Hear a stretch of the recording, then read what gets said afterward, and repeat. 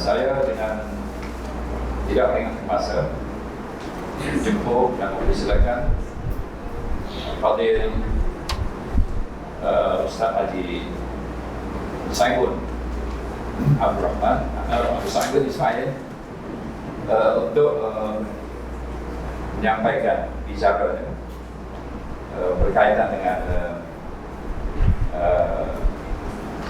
Datuk Haji Muhammad Nur Bukan Mufti Kerajaan Negeri Kelantan berkaitan dengan sumbangan Datuk Haji Muhammad Nur sebagai Mufti Kerajaan Negeri Kelantan serta beberapa isu dan fatwa pada zaman itu. Jadi majlis dengan segala hormatnya menjemput Al-Fadhil Ustaz Haji Saiful Ismail, Pegawai Agama Jajahan Polgrai selaku pembicara dua buku biografi mantan Mufti Datuk Haji Muhammad Nur Muhammad Nur Ibrahim Rahimahullah. Jadi Ustaz Haji Saiful dan dipersilakan. A'udzubillahi minasyaitonirrajim. Bismillahirrahmanirrahim. Assalamualaikum warahmatullahi wabarakatuh. Innal hamdalillah nahmaduhu wa nasta'inuhu wa nastahdihi wa nastaghfiruh wa na'udzu billahi min shururi anfusina wa sayyiati a'malina. May yahdihillahu fala mudilla lahu wa may yudlilhu fala hadiya lahu. Allahumma salli wa sallim wa barik ala nabiyyina Muhammad wa ala alihi wa sahbihi ajma'in. Amma ba'd.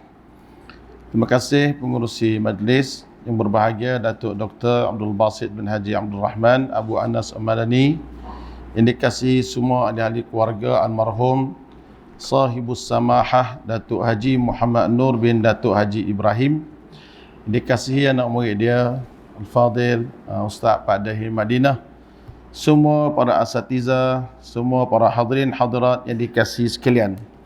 Pertama sekali kita bersyukur pada Allah Subhanahu Wa Taala pada pagi ini kita dapat bersama dalam majlis ilmu bicara berkenaan dengan seorang mufti yang tiada tolok bandingnya dalam sejarah negeri kita Kelantan Darul Naim ini. Saya bila dihubungi oleh pihak penganjur untuk merasmikan program, lepas tu diminta supaya berbicara. Dia bodoh mikir nak kecek gapo sebab ambo dari segi umurnya tak ada. Waktu almarhum ni meninggal, umur ambo baru 17 tahun. Pada masa tu. Tapi alhamdulillah Allah bagi kesempatan.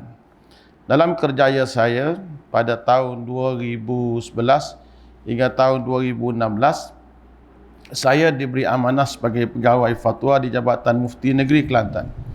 Pada masa tu bila masuk Jabatan Mufti, perkara pertama yang berlega kepada saya ialah tentang sejarah mufti-mufti Kelantan, terutama sekali ialah Sahibus Samahah Datuk Mufti Haji Muhammad Nur bin Haji Ibrahim, yang menjadi buah mulut masyarakat dari segi kealimannya. Ya, okey. Sebelum amo nak kecek sepatas dua, kita kongsi lagu mana kehebatan tulisan dia. Amo ni hak amo baca dan juga hak amo dengar. Kalau tak betul, minta anak-anak dia tolong betul, insya-Allah. Selama 4 tahun ni bulan, amo duduk di Jabatan Mufti. Sebenarnya untuk maklumi ahli keluarga, tulisan irsyad hukum almarhum masih banyak Jabatan Mufti Kelantan. Masih banyak. Dan saya dulu waktu duduk situ, saya sempat supaya staf saya tulis mula. Tulis mula, jangan ubah, jangan gapo seperti mana yang ditulis.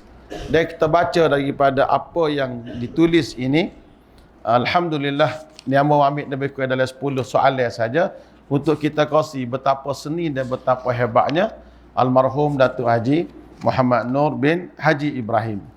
Sewaktu selama 4 tahun ni bulan ambo duduk situ juga, ambo sempat bila orang tua pergi dak kecek ha mufti, bila saya demo sebut Datuk Mufti Haji Nur ni, ambo ambil letak di kepala ambo.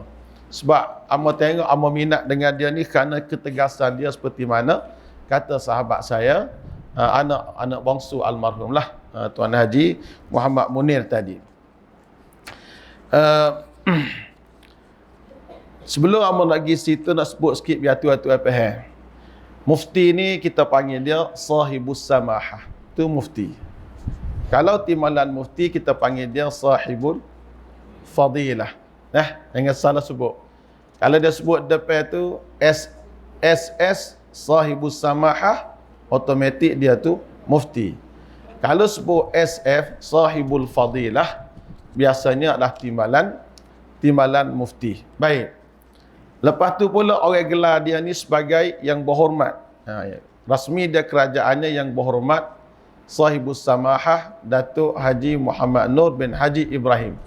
Merasa dia ni Datuk bergelar. Betul tak Cik Munir kita?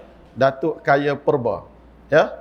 Datuk Kaya Purba ni biasanya dipakai oleh mufti kerajaan negeri. Termasuklah Datuk Kaya Purba, Datuk Haji Ahmad Mahir bin Haji Ismail Ahmad Mahir. Dan juga dipakai oleh, tak silap saya, oleh almarhum Datuk Kaya Purba Datuk Haji Hasbullah Muhammad Hasan ataupun Datuk Haji Abdullah bin Muhammad Hasan. Datuk Haji Hasbullah ni dua nama. Nama Abdullah pun boleh, nama Hasbullah pun boleh, bin Muhammad Hasan. Jadi sama juga dengan almarhum ini, Datuk Kaya Purba Datuk Haji Muhammad Nur bin Haji Ibrahim. Baik kawan-kawan sekalian, sepanjang hak mau duk kecek dan mau dengar cerita orang lama, kalau tidak betul kena royak. Almarhum ni satu orang ulama yang nombor satu tak suka bergambar. Tak suka bergambar. Kalau tuan-tuan tengok dalam mana-mana tempat orang letak gambar Datuk Mufti Hajina ni, tak silap hamba, ada 3 je gambar dia. Hak orang letak dalam mana-mana buku pun 3 gambar. Salah satu gambarnya ialah gambar yang dipukul secara curi. Orang pukul curi. Sebab almarhum ni, orang mendengar cerita rakyat kampungnya, dia tidak minat kalau sekiranya orang nak ambil gambar dia. Tak terpukul gambar dia. Dia satu gambarnya, gambar dia sedang kecek di Istana Bala Besar dengan orang-orang besar. Pada masa tu dipukul secara curi. Cara curi. Dia mendengar lagi ayat orang lama kata almarhum ni sore cukup tak minat dengan soal gambar. Wallahu a'lam, mungkin dia faham lagu mana, tafsir lagu mana, amo tak faham lah. Tu adalah di antara pendirian yang dibawa oleh almarhum Datuk Mufti Haji Muhammad Nur bin Haji Ibrahim. Jadi kawan-kawan yang dikasihi sekalian, catatan hamba ni menunjukkan hak hamba dengar-dengar. Hamba dengar orang duduk kecek dia anda ni. Kalau bab kerja ni sebahagian disebut oleh Dr. Abu Anas tadi, dia diminta jadi mufti ni pun kerana diminta oleh orang. Dia seorang tak minat pada jawatan. Sebab itulah mengikut riwayat disebut dan mendengar ceritanya, dia tidak kerja 10 bulan puasa. Betul tak anak-anak? Sebab dia kata bulan puasa ni adalah bulan untuk dia istirahat. Dia dengan Allah Subhanahu Wa Taala. Ada riwayat sampai ke telinga hamba, almarhum ni dia khatam Quran setiap sehari sekali di bulan puasa. Allahu a'lam. Tu riwayat ya sampai ke telinga hamba semasa duduk di Jabat Mufti Kerajaan Negeri Kelantan. Termasuklah juga pada malam Jumaat. Malam Jumaat almarhum ni duduk dengan bersuluk dia dengan Allah Subhanahu Wa Taala. Almarhum ni tuan-tuan semua, walaupun dia seorang yang tegas, tapi dia ni seorang yang bertanggungjawab dan bersimpati kepada orang. Pernah satu ketika dia dilantik sebagai hakim mahkamah rayuan. Dia gini, sebelum ada mahkamah syariah di Kelantan ni, mufti ni sebagai seorang hakim mahkamah rayuan. Dulu sebelum ada mahkamah syariah. Mahkamah syariah wujud tersilap hamba pada tahun 1990 begitulah. Mungkin Cik Munir boleh ingat sebab dia bekas setiausaha di situ, di Jabatan Agama.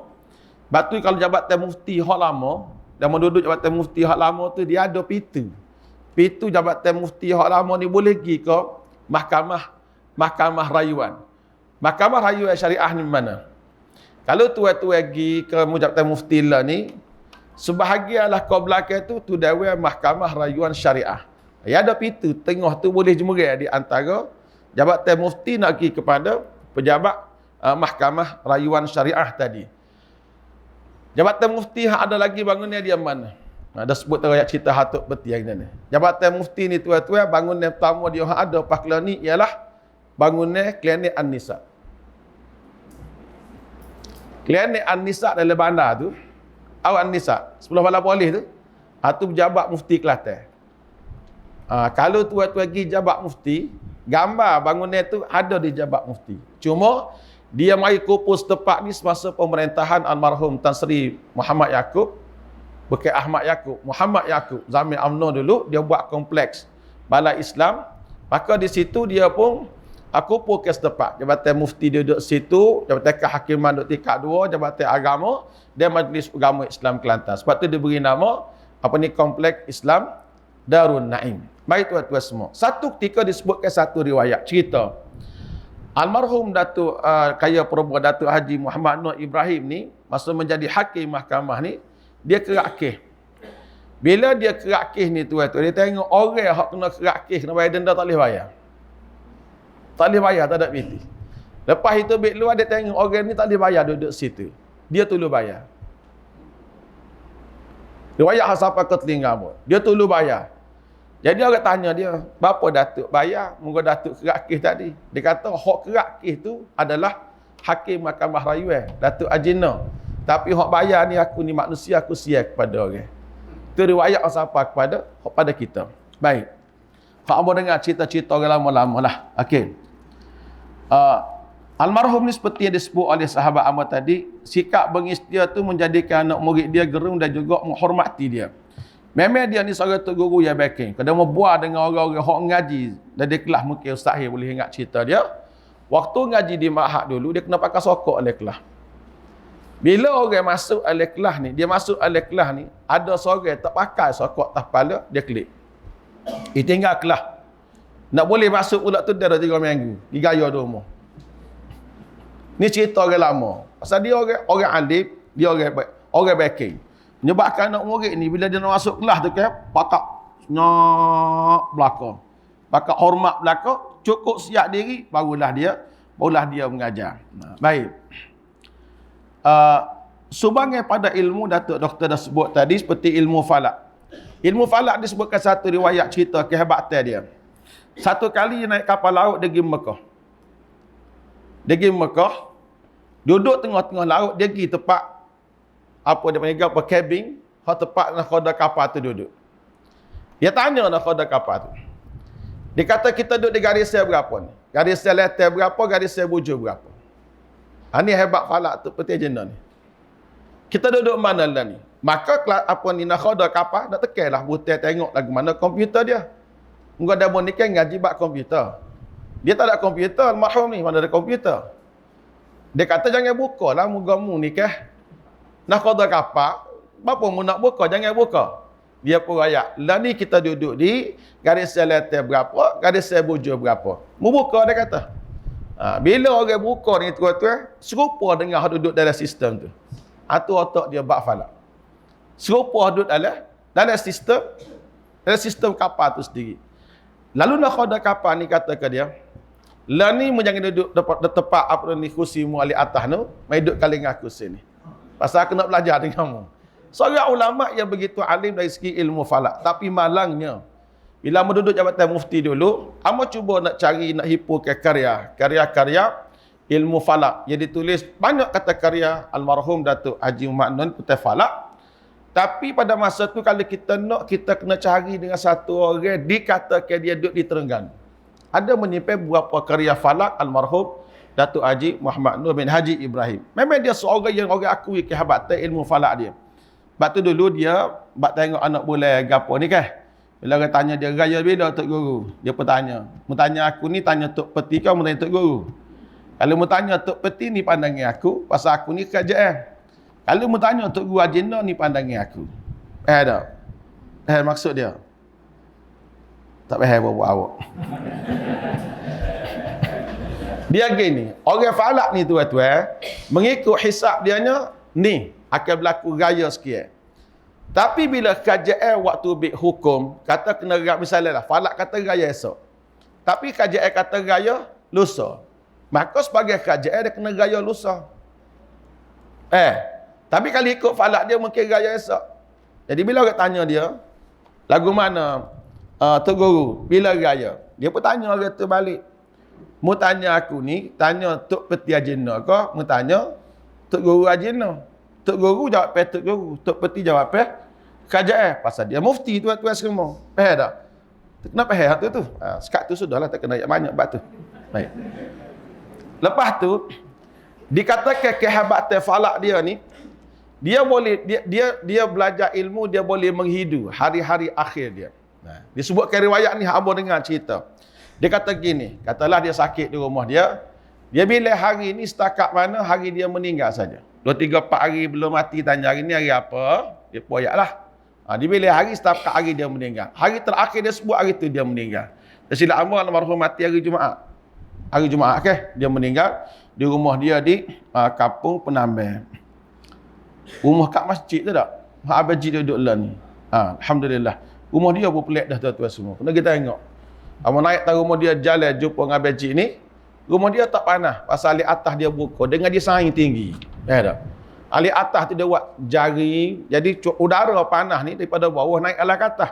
Dia tubik ke atas. Sebab tu rumah dia tak panas. Betul ke? Tuan bagi minum air di rumah. Sahabat amalah Abang Demon ini. Tuan Haji Muhammad Najib. Dia duduk ngaji yang kita dulu tu. Kita pergi minum air di rumah dia. Baik tuan-tuan semua ya. Kemudian dia punya pandang dari segi fiqh dia, pandangnya hukum dia ni tuan-tuan, dia orang yang terkedepan dari segi masalah hukum. Ada satu orang bertanya dia, "Tok Guru, kita ni nak pergi Mekah." Ni cerita ni disebut oleh almarhum, mungkin Cik Munir kenal dia, Haji Hassan. Haji Hassan ni dia kerja Bank Bumi, tak jalan begitu. Duduk di Lunar. Tapi dia adik-beradik dengan Tok Imega apa? Rumah sebelah masjid tu. Sebelah masjid Penambang dah ni. Baik. Allah, amba tak ingat, memang biasa dengan dia. Dia bila dia kata cerita, dia nak pergi Mekah. Dia tanya Tok Peti Agenda ni, Tok Ufti ni pada tahun zaman-zaman 70-an. Dia kata, "Tok Guru, lagu mana kita nak pergi Mekah ni? Bak air semaya lagu mana?" Dia tanya. Dia kata, bapanya dia kata, "Poskala." Dia jawab, "Poskala." Ya kita tengok fatwa-fatwa hukum-hukum yang orang kita nak pergi Mekah ke macam-macam ada. Air semaya Kebah, air semaya mazhab Hambali. Sebelum daripada marinya pendapat akhir oleh sahabat-sahabat kita mutaakhir ini. Dia zaman orang duk gegak-gegak duk batal-batal air semaya tu, dia pakai tak batal dah masa tu. Dia pakai tak batal dah. Dia kata, bapanya poskala. Ambil Ismail pergi Mekah, tawaf supaya skala. Tak batal dia kata. Orang lain ni puas Ismail Kebah. Kalau dia tanya, "Mu Ismail Kebah?" Dia kata, "Ambil 4 kali lah. Setu ada 3. Tu kalah. Mu jawab. Dia almarhum Datuk Mufti ni dia seorang yang kita kata apa dia? Orang terkedepan. Di zaman orang duk main hiah-hiah tu dia pakai tak batal dah. Bila kita belajar kitab, kita jumpalah pandangan ulama yang mengatakan tidak batal dalam masa kita ni tawaf dan juga sa'i. Itu pada masalah dalam kitab Al-Idhah fi Masaili Al-Hajj Lin Nawawi. Baik. Supaya juga dia jawab masalah orang sembelih ayam. Dia sebutkan riwayat ada orang sembelih ayam. Sembelih ayam ni butir alit mana? Butir alit balik kepala ke butir alit tekak? Butir alit mana butir? Butir alit ni alit tubuh ke butir alit kepala? Butir tekak ayam dari mana orang sembelih ayam? Apa gerak buat dia mu? Jadi dia butir dak alik kepala orang tua melih ayam ke dia rasa tarik balik kepala ni. Jadi ada orang ni semelih ayam. Melih ayam butir alik tubuh. Jadi orang tak sempat makan lah, jangan bagi tahu orang ngaji. Tak boleh makan dia kata. Jadi orang pergi ke rumah Tok Peti Agenda ni, Datuk Mufti ni. Dia kata gini, lah kamu tak sempat makan, mau tinggal tangga tu biar aku makan dia kata. Dia mengajar orang fiqh ni kan benda yang mudah macam Datuk Doktor sebutlah. Kalau mu tak sempat makan, tinggal situ tak apa dia kata aku makan. Anak tua-tua ulama-ulama ni dia tengok lebih ke depan dari segi masalah tu. Masalah wuduk baik, masalah sembelih baik. Macam dia disebutkan riwayat. Dia semaya di Serambi Masjid Penambang. Masjid Penambang tu dia besar pula. Kalau dia mau gila ni dalam tu memang ada masjid kayu. Nah, dia semaya dekat dengan Serambi. Bila orang tanya dia, apa Tok Guru semaya di Serambi pada ketika-ketikanya. Dia kata bahawa dia ni kan seorang yang hafiz. Dia seorang yang qari, baca Quran. Qiraat 7 dia boleh. Tok Peti Agenda ni. Qiraat 7 dia boleh. Kita ni qiraat senyap buat kita dah ni. Dia qiraat 7 8 boleh belaka. Kita qiraat senyap, maka tak baca terus. Jadi bila dia orang alim qiraat, anda baca Quran, dia kata kalau aku ingat maya depan tu, takut-takut terdengar akan kesilapan baca ayat imam. Dia bijak. Orang alim dia bijak dari segi ambil isu. Duduk dekat mesti orang dengar, duduk jauh tak dengar. Bila tak dengar baca banyaklah kita boleh kona. Dia tak salah kok orang dak mereka aku imam dah mubadah. Tak ada dia pandang hukum, tengok supaya orang ni tuan-tuan begitulah. Kemudian dia mengajar, amat tanya orang hok ngaji kitab. Bila mau baca satu kitab Mukhtasar Ibnu Abi Jamrah, hadis-hadis pilihan Sahih Bukhari. Dia kata, "Ustaz, saya pernah dengar Tok Peti Haji No ngajar kitab Mukhtasar Ibnu Abi Jamrah ni." Dia kata dia hanya mensyarahkan kitab itu seperti mana dalam syarah yang dia rujuk. Dia tak tambah, dia tak melewa isu apa kita. Kita ni banyak melewa kot lain. Dia pakai fokus kepada isu yang ada itu. Ini di antara kehebatan almarhum Datuk Mufti Haji No. Dia merasa kalau mau jumpa lah semalam buku hak ambo duk taruh tu bab Datuk Mufti Haji No ni, merasa banyak lagi kehebatan dia kita boleh jumpa. Tapi betul ambo baru ngobel balik buku ambo cari tak jumpa semalam buku tu. Buku tu pun dihadiahkan oleh salah seorang kepada ambo semua. Baik tuan-tuan semua. Ni ambo nak baca di antara contoh ayat dia menulis. Dia menulis. Dia ada tulis saya tangan almarhum Datuk Mufti Haji No ni satu doa tulis saya tangan yang mesti pada dalam bit dia sebuah ambo. Ambo saya ni waktu bit. Tak ingat nak cari semalam. Ada dalam bit tu tulis saya tangan tapi doa. Doa ni cumanya orang hak wi kambo doa tu dia share, dia kata jangan wi kat orang lain lah. Baca untuk kita je. Doa ni mungkin Cik Munir tahulah cerita doa ni. Baik. Ambo petik sini beberapa contoh jawapan soalan yang dikemukakan kepada almarhum Datuk Mufti Haji No. Dan ambo sepanjang duduk di Majlis Mufti ni ambo tengok mufti-mufti ni dia nak jawab ni dia tengok banyak perkara. Banyak perkara halus budi, halus seni. Dia baca tengok sepak terajai nak mari. Dia ambo tengok masyarakat pada masa tu dia ni ngaji. Amo tengok orang nanya tu ngaji. Ni contoh-contoh. Hak ni amo teringat almarhum Datuk Mufti Haji No jawab ke mufti yang selepas dia. Berkenaan dengan orang kampung balik no orang. Dia kata ada satu orang kampung, ni satu surat, sekepi surat, tanya sahibus samahah apa hukum orang tina dia semaya tak pakai baju dalam. Masalah bergerak 3 kali berturut-turut. Adakah batal ataupun tidak? Ni kehalusan seni jawapan dia. Baik. Boleh sebut ke Datuk? Baik.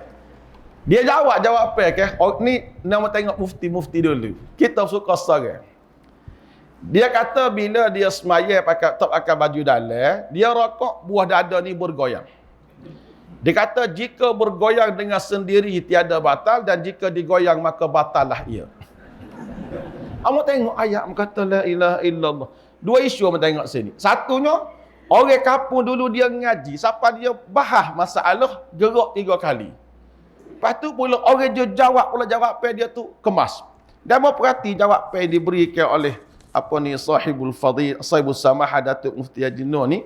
Jawapan dia ni tuan-tuan jawapan yang cukup halus cukup halus, detail dan kita boleh faham moleklah akan jawapan yang dikemukakan oleh sahibul samahah Datuk Mufti Haji Muhammad Nur bin Haji Ibrahim. Kita pergi di jabak tulis saya kecil lah je, kena guna telefon juga untuk baca. Baik tuan-tuan dikasih semuanya. Sebagai contohnya kita kata masalah tauhid dan juga i'tiqad. Ni dalam buku Fatwa Kelantan ada benda ni, cuma ambilnya hot typewriter. Ni hot tulis saya typewriter lagi. Sejam lagi tu. Jawab petaik ni. Okey. Kita betulnya kita boleh ambil tu. Kita kerja situ dulu. Kita ambil lasa 2. Buat si pendek kita. Buat tanda kenangan lah dengan seorang ulama yang besar ini. Baik. Pertanyaan. Ni contoh dia jawab. Mengucap 2 kalimah syahadah sekali seumur hidup itu adalah wajib ataupun sunat. Orang tanya.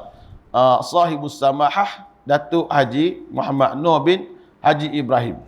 Orang tanya dia, lagu mana ni? Hukum mengucap kalimah syahadah seumur hidup ini adakah wajib ataupun sunat? Sekali ni. Jawapannya, tiada wajib bahkan sunat menurut mazhab Syafi'i. Nasnya wa yustahabbu nutquhu bihima wa la yajibu illa fi kulli salatin. Khilafan liqauli Malikin tajibu fil umri marratan wahidah kal hamdi wassalati wassalami ala sayyidina Muhammad wal istighfari lis sahabati wa du'a lil walidaini wa yanwi bidzalikal wujub indal ityani bih. Ini di antara dia sebut kitab sekali. Dia sebut kitab ada dia sebut nas daripada kitab Syarqawi, ada juga disebut nas dalam kitab Ummu Al-Barahin. Bukan Ummu Ibrahim dah, Ummul Barahin. Ada orang di Kelantan dia kata Ummu Ibrahim. Bukan Ummu Ibrahim, Ummul Barahin. Bila orang tegur dia, gua nak baca Ummu Ibrahim tu, dia kata pasal dia dah Kelantan ni Barahin dengan Ibrahim ni hak tolak. Dia tak ayat, dia tak ngaji, masalah tu. Dia kalau kita nak baca kitab gak baca molek.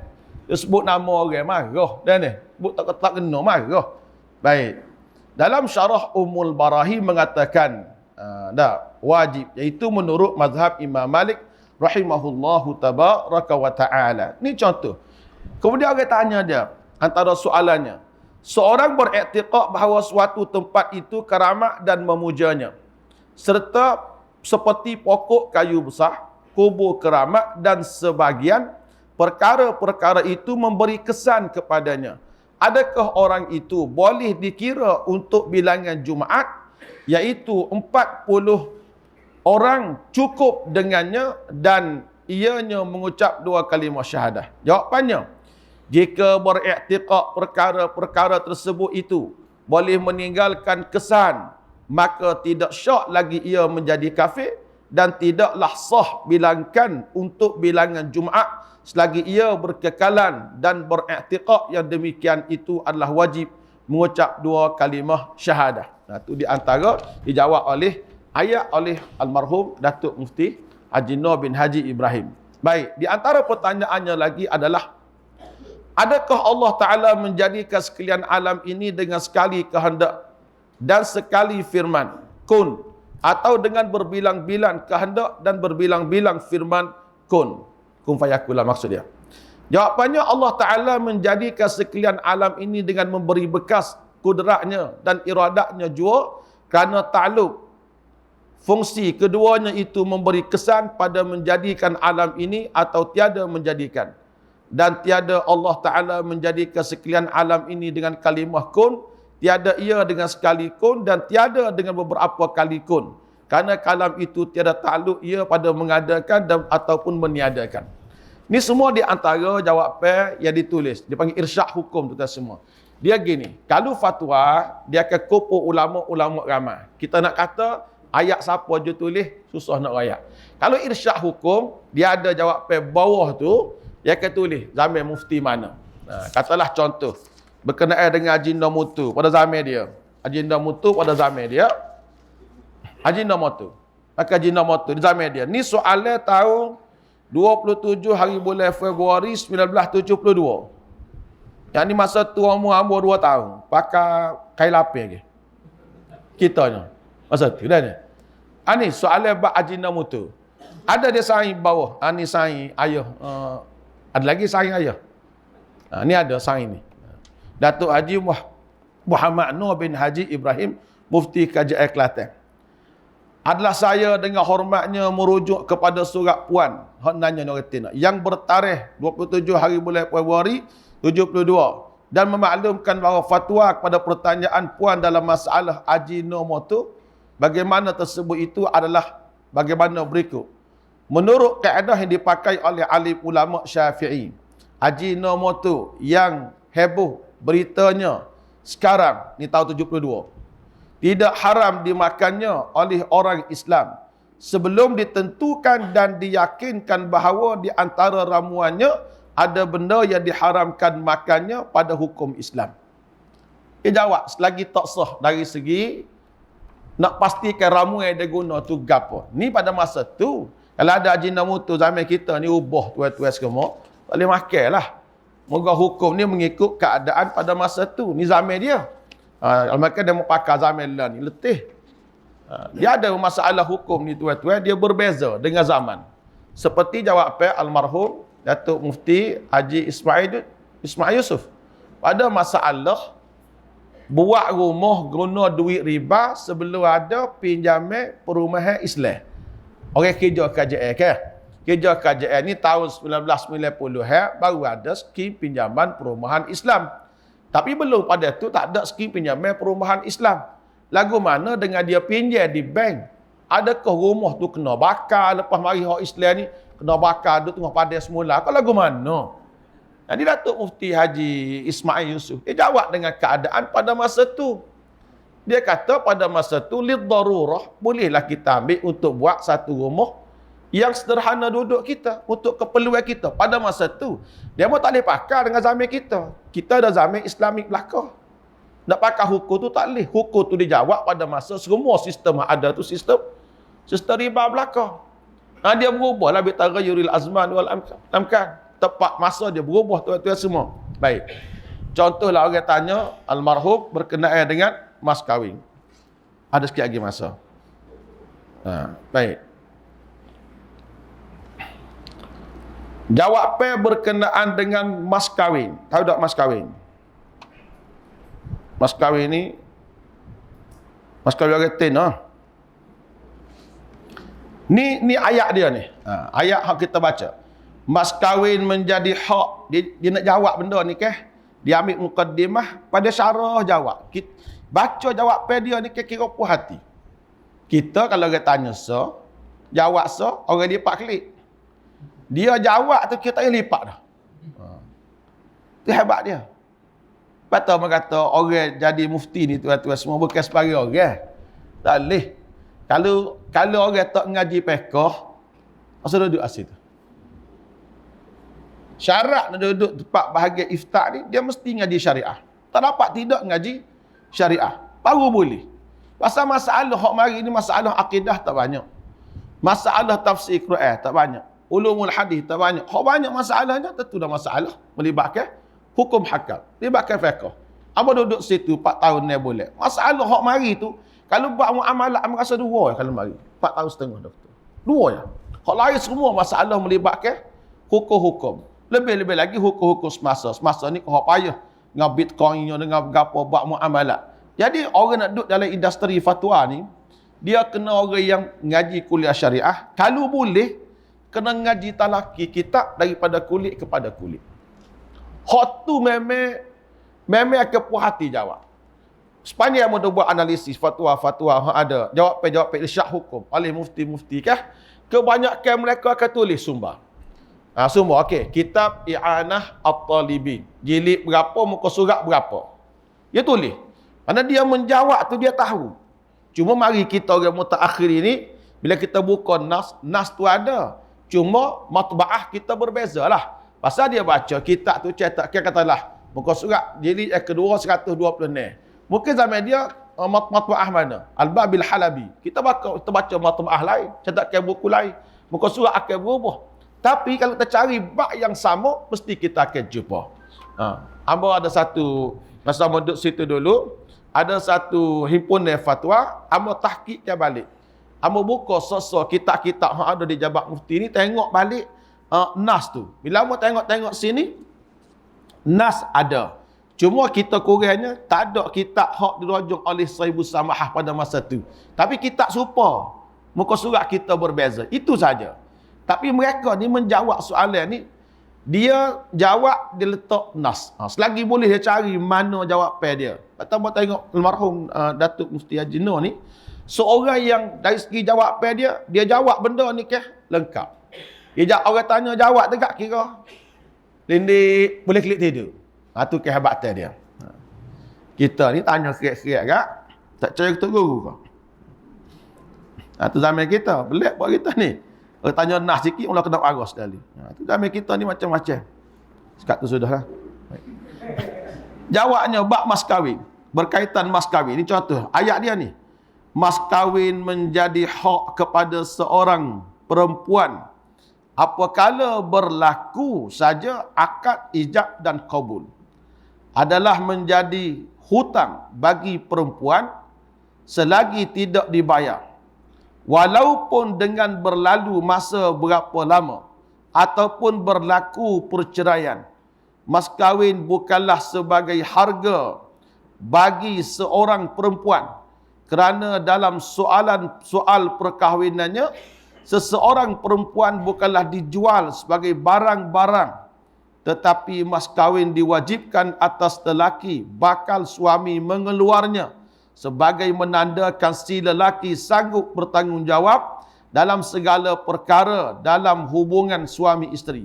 Manakala isteri pula sanggup menerima sebarang arahan dan taat setia kepada suaminya dalam hubungan itu. Tentang berapakah mas kahwin itu, hukum syarak tidak menetapkan qadar berapakah sebanyaknya atau berapakah sehabis-habis sedikitnya. Hanya terpulanglah kepada kedua-dua pihak untuk membuat penetapannya. Mas kahwin bukanlah merupakan soal pokok dalam perkiraan nikah kahwin, tetapi soal pokok ialah batang tubuh kedua-dua pihak itu. Dia jawab bab mas kahwin kan, kita baca sekali, oh habis. Nak tanya gapo lagi? Tak ada dah. Itu kehebatan almarhum Datuk Mufti masa dia menjawab soalan daripada orang ramai. Hebat dia. Kita tengok, masya-Allah. Kata orang tanya dia, mas kahwin ni milik siapa? Dia pun jawab, mas kahwin menjadi kepunyaan isteri 100%. Si suami tidak harus mengambil, tidak harus membelanjanya, dikecuali dengan suka hati si isteri. Mengenai mas kahwin ini, si suami hendaklah bersikap jujur supaya tidak berlaku kezaliman ke atas isteri.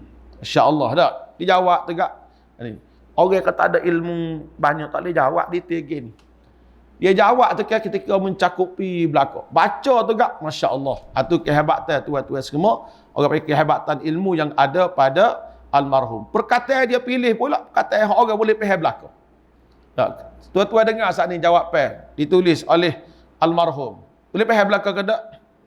Boleh faham. Jelas ke tak? Jelas. Mana tu hebat bahasa. Imam Syafi'i, orang lugawi, orang hebat bahasa. Tapi dia nulis, dia bersyair. Orang sekolah Arab biasa boleh faham syair dia, pasal kehebatan dia. Tadi pun sama. Seorang yang hebat, ilmunya banyak, bahasanya bijak, tapi dia menulis dengan gaya bahasa yang boleh difahami oleh orang yang membacanya. Itu kehebatan orang.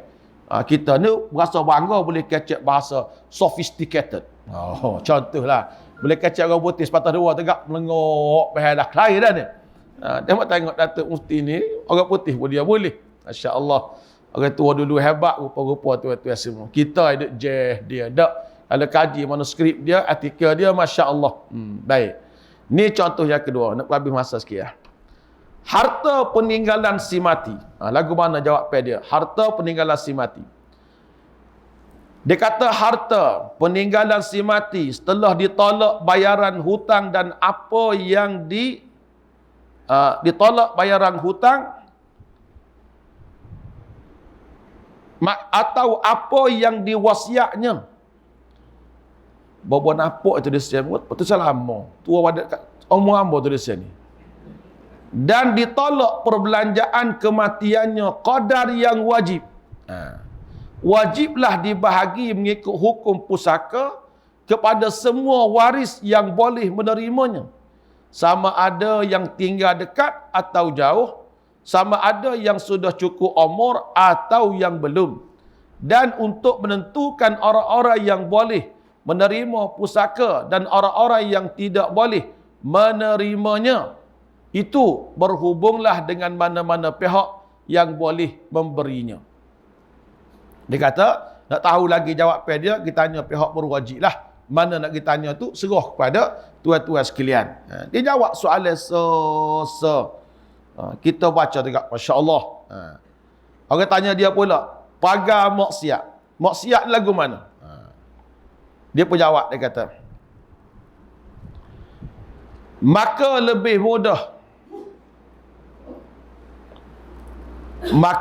mudah difahamnya ialah begini. Melupai Allah akan membawa seseorang melaku perbuatan dosa. Selagi seorang mengingati Allah, mengingati hukum-hukum Allah, janji-janji Allah, Janji-janji Allah tidak sebegitu mudah dia melakukan perbuatan dosa. Mengingati Allah adalah sebagai pagar yang menyekat perbuatan-perbuatan maksiat, perbuatan-perbuatan dosa. Maka apabila seseorang melupai Allah, tergamuklah dia melakukan maksiat dan dosa. Hal ini adalah jelas sekali kenyataannya dari kejadian kita pada hari-hari. Itu berkenaan dengan pagar maksiat. Kita pun tengok, yalah juga. Betul lah tu. Hukum berjabat tangan. Menjawab dia. Berjabat tangan hanya disunatkan pada lelaki sesama lelaki dan perempuan sesama perempuan. Tak kala mula-mula berjumpa. Tetapi tidak disunatkan berjabat tangan antara lelaki dengan perempuan. Lebih-lebih lagi jika sesama dalam peringkat umur masih belum tua. Tua tak apa. Betul tak? Dah bila tua sungguh, orang tino umur 100 tahun. Allah tangan nak saling dengan ambo. Ambo umur sahut dah, umur 100 tak ada gapo dah umur 100. Ada makna kat rumah hamba tu umur 100. Pergi rumah dia saling dengan dia. Allah tangan saling. Takkan tak si saling pun kau makna tengok orang pun gitu dah. Takkan tak si saling. Dia jawab apa dia? Umur masih belum tua. Dan haram berjabat mereka ini tanpa berlapik. Ada setengah ulama mengharuskan berjabat tangan. Tidak juga mengatakan sunat antara lelaki dan perempuan. Yang dipercayai tidak mendatangkan apa-apa kesan dari berjabat itu. Itu pun dengan berlapik juga. Mengenai perkara berjabat tangan antara lelaki dengan perempuan ini, janganlah mudah meniru apa yang dilakukan oleh orang-orang bukan Islam.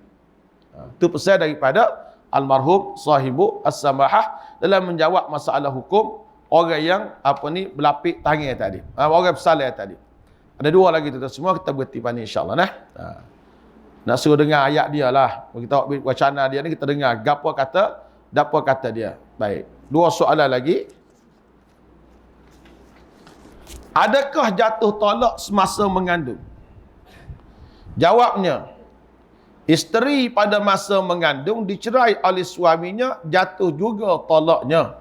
Sama ada suaminya itu mengetahui yang isterinya mengandung atau tidak. Dan isteri ini habis eddahnya apabila dia bersalin. Dan sebelum bersalin bolehlah suaminya itu rujuk kembali. Dan inilah sebaik-baiknya demi untuk muslihah pemeliharaan anak. Ini jawab daripada almarhum ya. Akhir sekalinya, tasyabuh pakaian. Yang ni pakaian serupa dengan pakaian orang lain. Jawabnya, sebuah hadis sabda Rasulullah sallallahu alaihi wasallam yang artinya maksud lelaki yang memakai pakaian perempuan dan perempuan memakai pakaian lelaki adalah dilaknat. Saya merasa sangatlah jelas tentang bahaya perbuatan demikian yang dengan sebabnya perbuatan itu dilaknat. Orang lelaki dan juga orang perempuan yang berpakaian demikian, setidak-tidaknya mereka mengelirukan keadaan diri mereka masing-masing dan menukar jadual sikap pribadi mereka. Jika keadaan musang berbulu ayam sesaat berbahaya, maka beginilah keadaan orang-orang yang membawa bahaya. Masya Allah, usai bulu ayam sementara orang takut, dia kata. Sokoh lain. Akhirnya ialah persetubuhan keliru. Watik syubhah. Dia panggil persetubuhan keliru. Dia jawab apa dia. Seseorang lelaki menyetubuhi seorang perempuan yang sungguh-sungguh disangka isterinya. Ini bahaya ni kau kembar ni. Tidaklah dikira zina dan tidak berdosa. Tetapi perempuan itu kenalah bereddah. Sehingga akan dengan suaminya sendiri. Artinya perempuan yang disetubuhi dengan jalan terkeliru itu, jika ada mempunyai suami, kenalah berasing dengannya buat sementara waktu dalam masa eddah. dan jika ditakdirkan menjadi anak dengan persetubuhan keliru itu, maka anak itu adalah anak halal kepada lelaki dan perempuan yang melakukan persetubuhan keliru itu. Ini di antara contohlah beberapa jawapan, tengok kehalusan jawapan dia, keterai jawapan dia yang mudah difahami oleh kita semua. Ini di antara kehebatan. Dengan tidak menafikan kehebatan sahibus samahah, mufti-mufti yang lain, ya. Mufti lain pun tuan-tuan semua hebat juga, cuma untuk rekasannya modok pahamnya, Datuk Mufti Haji Nur ni mufti, ayah dia Datuk Mufti Haji Ibrahim pun mufti. Cuma satu maklumat tambahan tadi, Datuk Dr. Abu Anas ada sebut berkenaan dengan salah silahnya satu orang alim, Syekh Halim, dalam Istana Kelantan ke sebut tadi. Tak, Syekh Halim. Mengikut maklumat yang kita dengar orang duk kecek, jabatan paling tua di Kelantan jabatan mufti. Sebab jawatan tu sendiri wujud dalam tahun 1890. Di mana kalau orang yang sama lah ni, kalau orang yang sama, nama dia sama. Syekh Halim dikira sebagai mufti pertama negeri Kelantan. Cuma mufti bersifat khas dulu mufti dalam istana saja. Zaman-zaman gitulah. Jadi kalau betul lah orang yang sama, bermaknanya dia mufti, ayah dia mufti, awal lagi Syekh Mufti Kelantan ni pun kalau orang yang sama, dia jugalah mufti khas. Mudah-mudahan tuan-tuan semua betul lah kata orang, wahnya ni tahun laut pun insya-Allah menjadi pula. Dia ambol dan dia menupai tua, duduk di Kapur Hudah, kapur dekat kat rumah Abang Asif kita ni. Dia ramai keluarga almarhumnya ada situ. Dan rumah rehat almarhum pun masih ada. Betul ke Cik Munir? Rumah kayu tu, rumah dia suruh duduk situ dulu. Dulu lah, di masa dia menjadi mufti dulu. Dan kat rumah hamba ni logo pun nama Islami, logo ilmu, logo hidayah, logo takwa. Logo apa lagi biasa ya? Logo takwa rumah hamba, logo ilmu, logo masjid, logo hidayah, logo iman. Logo iman. Dia amat tanya orang situ pun, dia kata masa hidup dulu almarhum ni tepat dia berhak kadang-kadang di lorong ilmu telah di kawasan rumah dia. Dia keluarga mereka ni ramai dekat rumah hamba. Alhamdulillah kita boleh tengoklah wajah-wajah. Tengok wajah ni kita pun ingatlah kepada ayah-ayah mereka dahulu. Jadi kita doakan semoga biasa baik ditinggalkan oleh almarhum ini bermanfaat untuk kita dan diterima oleh Allah Subhanahu Wa Taala, insya-Allah taala. Yang baik daripada Allah Taala, tak baik kelemahan dia hamba sendiri. Minta maaf, hamba ni hanya bercerita dari segi apa yang hamba dengar, apa yang hamba baca, dari segi kajiannya yang hamba buat secara tak langsung semasa hamba berkhidmat di Jabatan Mufti Kelantan selama 4 tahun 6 bulan. Sebenarnya tuan-tuan, tak sempat 4 tahun 6 bulan ni pun nak tahqiqkan semua, nak waktu bit luar, nak baca, nak tengok, nak cari semula. Memang ulama dulu mereka ni orang hebat-hebat belaka. Dan untuk pengetahuan tuan-tuannya, kebanyakan mufti Kelantan ni semuanya ngaji Mekah belaka. Kecuali tak silap saya almarhum Datuk Haji Muhammad Syekh. Lepas tu Datuk Haji Muhammad Syukri Hala ni dia ngaji Mesir. Hal lain dulu tu tengok sejarah mereka ni adalah sejarah ngaji di kota suci Mekah Al-Mukarramah pada satu ketika dahululah, ya. Jadi mudah-mudahan tuan-tuan semua bicara ini ada manfaatnya untuk kita. Kalau mau tak kena minta maaf banyak. Kalau hak baik tu ambillah kita buat sempadan, kita buat teladan insya-Allah. Wa sallallahu ala nabiyyina Muhammad wa ala alihi wa sahbihi ajma'in walhamdulillahirabbil alamin. Wassalamualaikum warahmatullahi wabarakatuh.